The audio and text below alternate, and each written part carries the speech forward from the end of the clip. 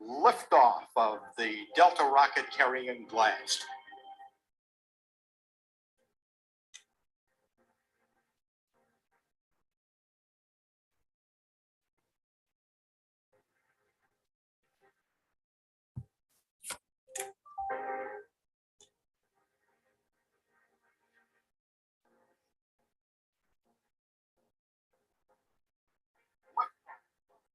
Delta rocket carrying Blast.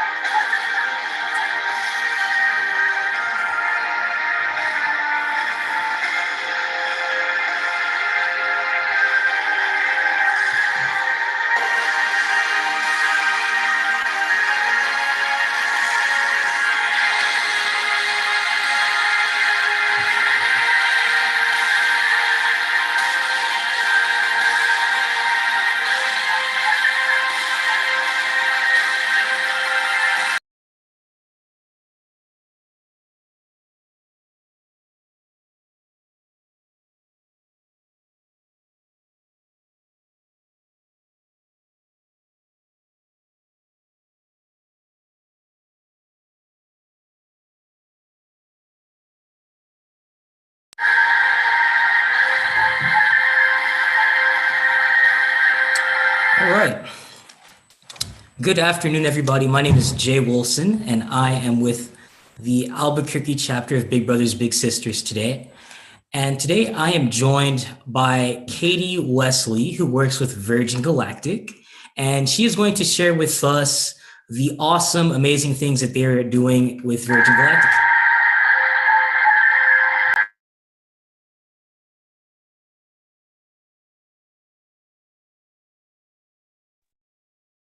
Hi, everybody. My name is Katie Wesley. Again, I work for Virgin Galactic in New Mexico. So I'm based out of our Spaceport America location, kind of in southern New Mexico, about an hour north of Las Cruces. I've been with Virgin Galactic for a little over 7 years. I was the technical writer for our engineering side of the department, where I wrote the maintenance manuals on how to maintain and operate our spaceship and our mothership. So if anyone has questions, please don't be shy. I can probably answer most questions that you might have about what our vehicles do, what our company does. And then I'm going to share a little presentation to kind of go over exactly what it is that our company does to kind of give you a little bit of a better idea of what we're doing down here in the state of New Mexico, kind of bringing back to the state a little bit of our space history. So let me share my screen.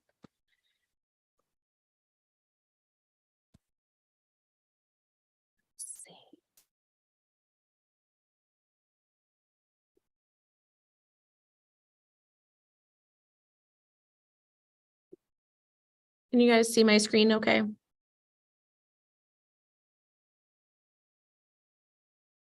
Jay, maybe? Yes. Yes. Thank you. Your Thank screen. you. Just wanted to make sure.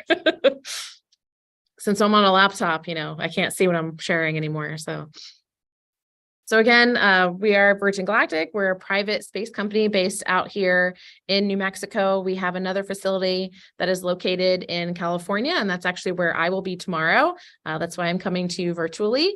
And our vehicle system is based off of a 2-vehicle launch.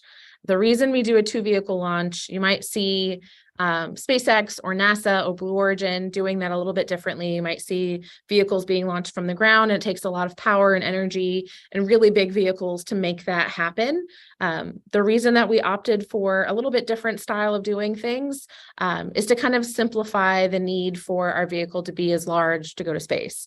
It also meant that our propulsion system or rocket motor didn't have to be as large as well. So the first stage in our two-stage system is our mothership. Our mothership Eve is a twin fuselage aircraft. It's this big one here with the big white wing set across the middle, and it looks like it's two aircraft pinned together. And then that's the spaceship here in the center. So the mothership Eve is that white vehicle you're seeing kind of across the whole screen there. This is a little bit better representation of what she looks like. It's about 141-foot wingspan from tip to tip of those wings. And this mothership is what takes our spaceship up to our launch altitude of about 50,000 feet. And then that is when the spaceship is released and lights its rocket motor and goes up to space. So our first stage of our system is this mothership. It acts as the carrier aircraft. It is also what keeps the pressure inside of our spaceship during that carry portion of the mission. It basically is very much like a mother. It has an umbilical that's attached and all the airflow to kind of keep everything fresh and clean inside spaceship. And the really interesting thing is that this aircraft is actually piloted only from one of these two fuselages. It looks like it's two planes connected, and only one of them actually has people and equipment in it, and it's the fuselage on the right-hand side. This cabin is the one that is piloted. This one is actually pretty much just empty. It might have some weight in it to keep things balanced, but other than that, it's empty. It has these four big, beautiful Pratt & Whitney engines that are super powerful, and with the spaceship attached, it has plenty of power to get it up to 50,000 feet for our release altitude. There's a couple of interesting things about this aircraft. Obviously, the fact that it's quite large is one of them. The other being, again, it's piloted from this right-hand side. There's two pilots that sit inside that cabin. There's an opportunity for a third person who's called a flight test engineer to sit in that cabin as well, and they will do some additional monitoring. They'll have their own screen that they can kind of do some additional monitoring of the flight qualities of the aircraft. But for the most part, it's just the two pilots there in the right-hand side. And then the majority of the fuel in this aircraft is in the wing structure here. And the reason it's in the wings and not in perhaps the body of the aircraft or something like that is so that when it gets used during flight, it's not making the center of gravity or the weight distribution in the aircraft tilt to and fro. It's kept kind of here in this central wing structure. It's about 18,000 pounds of fuel. And as it gets used, the level just lowers and it stays even across the whole vehicle, rather than if you had, for example, a bunch of fuel on the left-hand side, as you fly, your wings would tip and you would kind of lose your center of gravity. So there's a couple of little interesting facts about our mothership. This is another shot of her. This is in New Mexico. So this is her new home, our new home. The vehicle was relocated to New Mexico February of 2020. So we've been relocated for about 2.5 years now. And currently, Eve is in California, finishing up the last little bit of modifications or changes to this section of the vehicle, that launch pylon where the spaceship attaches. The reason we're doing some modifications is because we have an additional spaceship that we're manufacturing, and then we're going to have 6 new spaceships after that. And with the number of flights that we need to fly all of our customers and to hopefully make a little bit of money, we need to be able to fly more frequently. So by changing out kind of the structure of the wing in the center, it means that we're going to be able to fly more frequently and be able to fly the number of vehicles that we're going to have spaceship wise to be able to fly. So that's our first stage. Our second stage is our spaceship. Now, our spaceship is a little bit different from our mothership, being that it cannot take off from the ground without its mothership. So again, kind of why we call it a mothership. Spaceship doesn't get anywhere without its mother. It literally cannot get off the ground without the mothership. It can, however, come back down from space without its mothership. So ultimately, this vehicle is a bit what you would consider or call a glider. After the propulsion system, this photo is during a glide flight, which is why you're not seeing a rocket motor in this section back here. So this is a flight from California where we were testing just the vehicle's ability to land safely in the way that it was meant to. And then you're seeing this little, looks like a boom, this kind of white spear heading out the nose of the spaceship. That's called an air data boom. And that boom is used to measure air data. When we say air data, it can be anything from temperature to wind speed and wind direction. The data that we're collecting that for is so that we understand the conditions that the flights and the vehicle were flying in, so that we understand the parameters that we need to stick into. So for example, if it's getting too windy and we're getting a crosswind or a wind across the nose, we don't want to necessarily fly in those conditions. So we may decide, okay, we're not going to fly now because it's a little bit too windy or coming from the wrong direction. We want to make sure we're safe. So we kind of collect all of that data so that each flight we know, and then can kind of put a box around how we fly and the way that we fly and the conditions that we fly. And one of the really unique aspects of our vehicle is our rocket motor. This is the largest hybrid rocket motor in the world. We actually have a Guinness Book of World Records for this rocket motor. And just a little bit of rocket motor 101 for you. There are three main types of rocket motors that exist in the world. There are solid rocket motors, and solid rocket motors are kind of like your fireworks or Estes rockets. If you've ever done model rockets, they are ones that you can light on fire, and once they're lit, though, you cannot turn them off. Once that fuse is lit, you cannot turn it off. They are simple, yes, but that inability to turn off is what made us not choose just a solid rocket motor.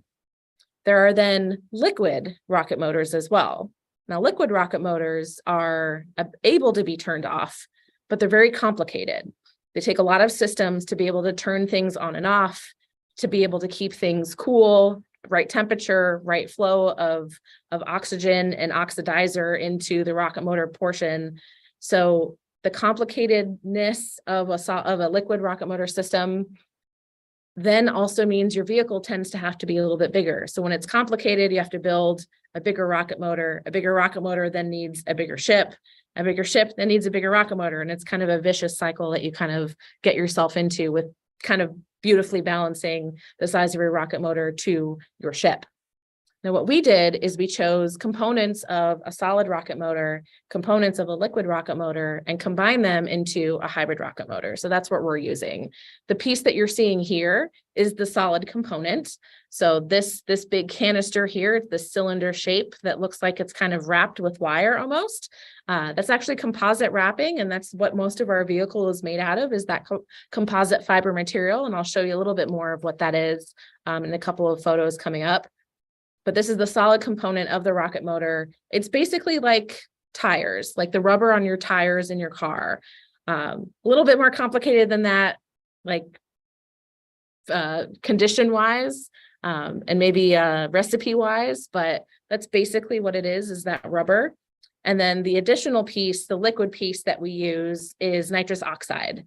So if you've ever watched any of the Fast and Furious movies, for example, and you see them push the big button and then nitrous flows into the engine and the engine shoots off and the car shoots off and it goes super fast.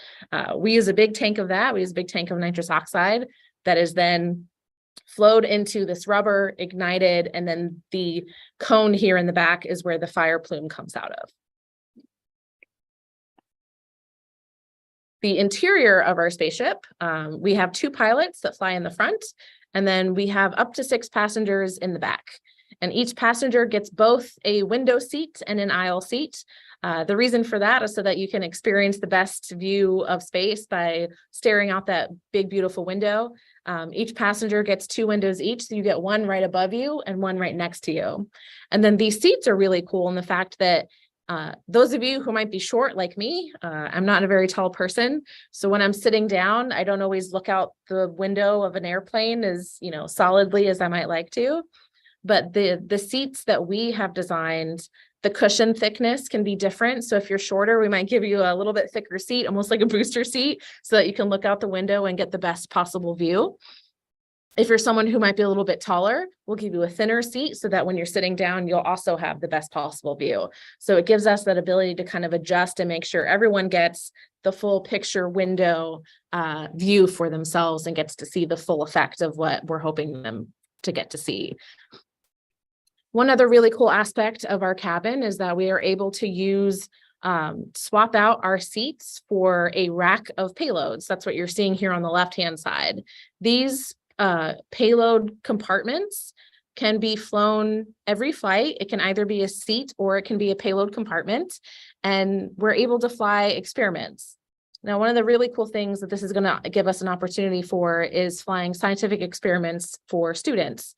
That's one of our big programs that we're hoping to launch next year, is going to be an educational payload program where students around the world are going to get a chance to design, build, and fly an experiment to space within their school year, which is something that we're really, really looking forward to being able to offer. Now, in interest of time, I'm going to fast forward a little bit faster through that video just so I can kind of get through into our manufacturing piece, just to show you a little bit about how our vehicles are made. This is our facility out here in California. I'll actually be there tomorrow, so it looks a little bit different than this photo. This is probably about 2 years old, this photo. But in this photo, you're seeing our mothership Eve here. You're seeing Spaceship Unity there in that back corner. And then up here in the front, you're seeing 2 of the new spaceships that we're designing and building in this kind of manufacturing facility. So it gives you a really good view of what kind of that painted vehicle looks like in the back, and then what this kind of, while it's being made, condition looks like. It's a little bit closer view. So our vehicle is not made out of metal. We actually make our vehicles out of what's called carbon material. Just like our bodies and the majority of where we live, it's made out of carbon. So if you ever look through, but it's in a weaved configuration. So if you're wearing like a cotton shirt right now, and you were to lift that cotton shirt up to your viewfinder, you'd be able to see some weave pattern going in through your cotton fabric. Those are individual strands of cotton fabric that are being weaved to make the fabric stronger and into that pattern and into that structure of your shirt. That's kind of what carbon fiber material is like. It is a weaved pattern that is in sheets of carbon that we are then able to direct and lay down in the way that we want to make the shape. It's then added with some glue or resin and then cooked in an oven or a high temperature or high pressure oven. And from that oven, it is then built into a hard material. Now, the reason we use carbon is that it is just as strong as metal, but weighs half as much. And when you're going to space, weight matters. The lighter you can make things, the higher to space you can go. So we use carbon fiber material to build our vehicles so that our vehicle can be weigh half as much as it would than if it were made with metal. I mentioned ovens. That's actually what you're seeing here. This kind of silver side of this wing structure is actually an oven that was built around the wing so that that part of the boom or part of the wing could be cooked or cured and heated up to make it, to dry out the resin or the glue and make it as strong as it needs to be. So we're able to build ovens around individual parts. We also have a big oven that's about the size of a huge garage that we can also put large parts in to cure as well. But having that flexibility of using carbon, you can cut holes in it, you can patch it, you can re-cure it or re-cook it in an oven, and it'll be just as strong as it was before, which is another big reason why we're using this material. It's very strong, very flexible. You can move it in different directions. You can make it stronger in different directions depending on what your flight qualities will be like. So it makes it easy for us to have the vehicle we need at the weight we need it at and the functionality that we need it in. We are building a couple more spaceships, but the vast majority of what we do out in New Mexico is our operations. So Mojave, California is where we build our ships, but out in New Mexico is where we will be flying our customers. So that is where this vehicle, Spaceship Unity and Mothership Eve are primarily based out of this facility at Spaceport America called the Gateway to Space. This is our operations facility where our customers will come and make their mission up to space. Now, what exactly is that mission? That mission is what we call suborbital space. We say suborbital because we are staying below the cutoff of gravitational pull. We are not escaping the Earth's gravity. We're not escaping the Earth's atmosphere. It's kind of like throwing a ball up and hitting just below the ceiling. It's going to come back down again. That's exactly what we're doing with our spaceship, just a little bit more beautifully than that. So this illustration kind of gives you the full effect of what our mission is. So over here on the far left, you're seeing the mothership Eve with spaceship attached there in the center. They climb up to 50,000 feet. Mothership Eve then releases spaceship, and that release happens fairly quickly. And then the rocket motor is ignited. That's what ignition is. The rocket motor is turned on. The rocket motor then burns for about 1 minute, 60 seconds, sometimes 65, depending on how good the rocket motor was that day, about 60, 65 seconds. And from 50,000 feet to rocket motor cutoff, we go about 2,500 miles an hour, about Mach 3.5, about 2,500 miles an hour. And we go from 50,000 feet to about 250,000 feet within that minute. Very fast. After the rocket motor turns off, our vehicle then continues to coast the rest of the way up to what is called apogee, or the highest point in the mission. And that is at about, the highest we've gone so far is 55 miles. The Kármán line, or the international recognized line of space, is 62 miles. So again, just below that marker of out into space, orbital space, or suborbital. Orbital space is where satellites orbit. Suborbital space is still within Earth's gravitational pull. So we are going to come back the same day. Once we hit apogee, at that point, our customers have already unstrapped from their seats and they're able to float around the cabin for about 3 to 5 minutes of weightlessness and experience that microgravity. What you're seeing there is number 3, that microgravity experience.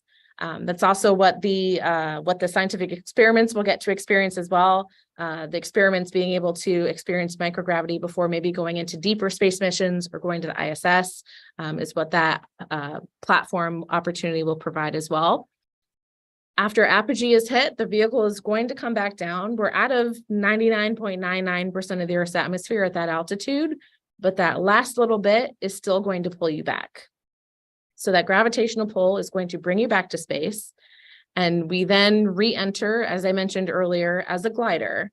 So our vehicle is powered primarily by compressed air and battery power after we use the rocket motor. And then it comes in for a nice smooth landing at the same runway that it took off from. All told, that mission takes about 90-ish minutes, 2 hours max, from takeoff to landing. And then they'll have a nice little celebration of becoming astronauts at our Gateway to Space facility. And primarily that is the main focus of what our company is doing out here in New Mexico. And my job is doing exactly what I got to do with you guys today, which is share a little bit of that mission and what we're doing here in New Mexico. And then the last couple of minutes here, if anyone has any questions, I am happy to answer any and all questions that you guys might have.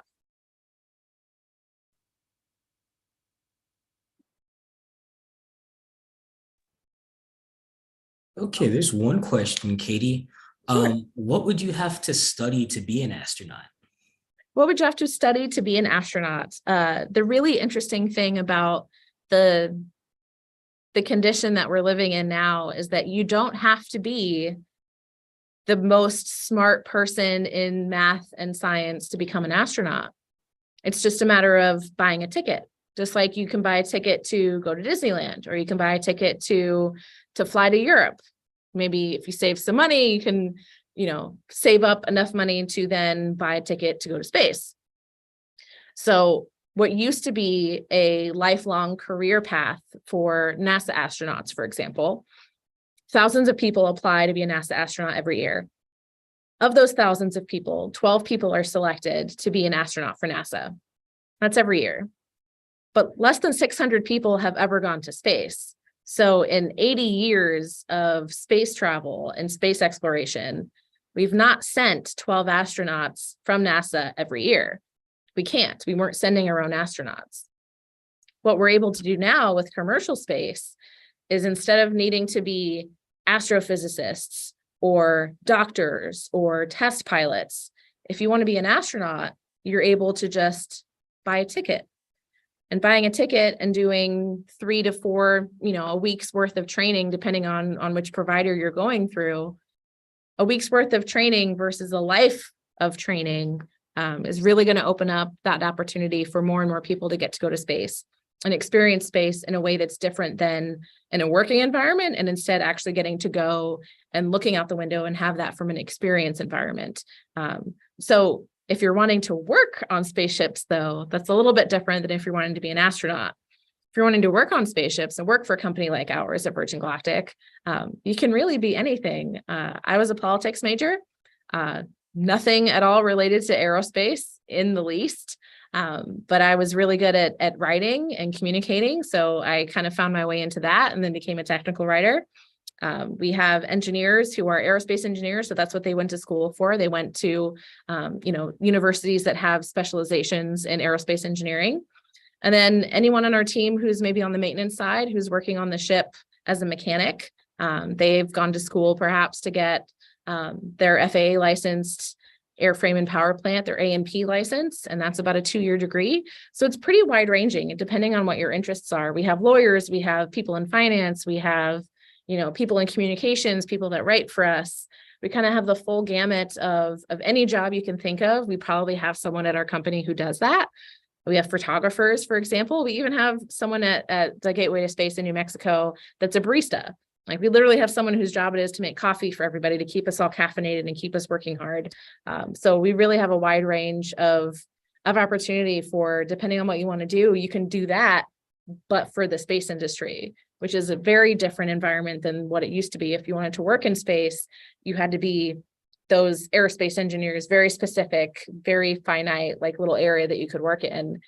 Commercial space is now kind of open that wide open to be, it's now kind of a self-sustained industry that you can work in any type of business opportunity within space and get to do something really cool while still doing what you're good at.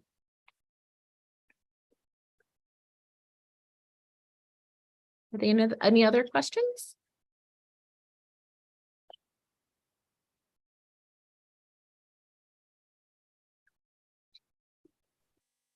We had one more. What made Virgin Galactic choose New Mexico? Great question. We chose New Mexico actually because the state of New Mexico kind of chose us. There's a kind of infamous conversation now between our former governor and Richard Branson, the billionaire behind our company, Sir Richard Branson. And the conversation went something like, if you build us a spaceport, we will come. And he said, if you'll come, then we'll build you a spaceport. It was kind of a little bit of a standoff. But what happened was the state of New Mexico built Spaceport America. So it is a state-run facility. Kind of showed you that picture a little bit earlier of where we operate out of here in New Mexico. But one of the major reasons why we chose New Mexico is because the United States beginning its space exploration started in New Mexico. So the first photograph of Earth ever taken was taken by a satellite launched from the state of New Mexico. So the beginning of the United States and even kind of the world's exploration of our solar system and Earth began here in New Mexico. So actually kind of bringing space back to its origins and traditions by bringing it back to New Mexico. So it's kind of a full circle effect. Space travel and exploration started in New Mexico, and now kind of the beginning of a new commercial industry is also starting in New Mexico. And last year, we had New Mexico become the third U.S. state to send astronauts to space from. We beat Texas by about 10 days, but California and Florida had been the two that had sent people to space prior to that. So we're now the third U.S. state that sent people to space from. And also, the amount of space that's available, actual space, land, that's available for us to be able to operate out of safely and being able to utilize White Sands Missile Range airspace was another attractive thing to bring us to New Mexico as well. Great question. We might have time for one more, if there is one.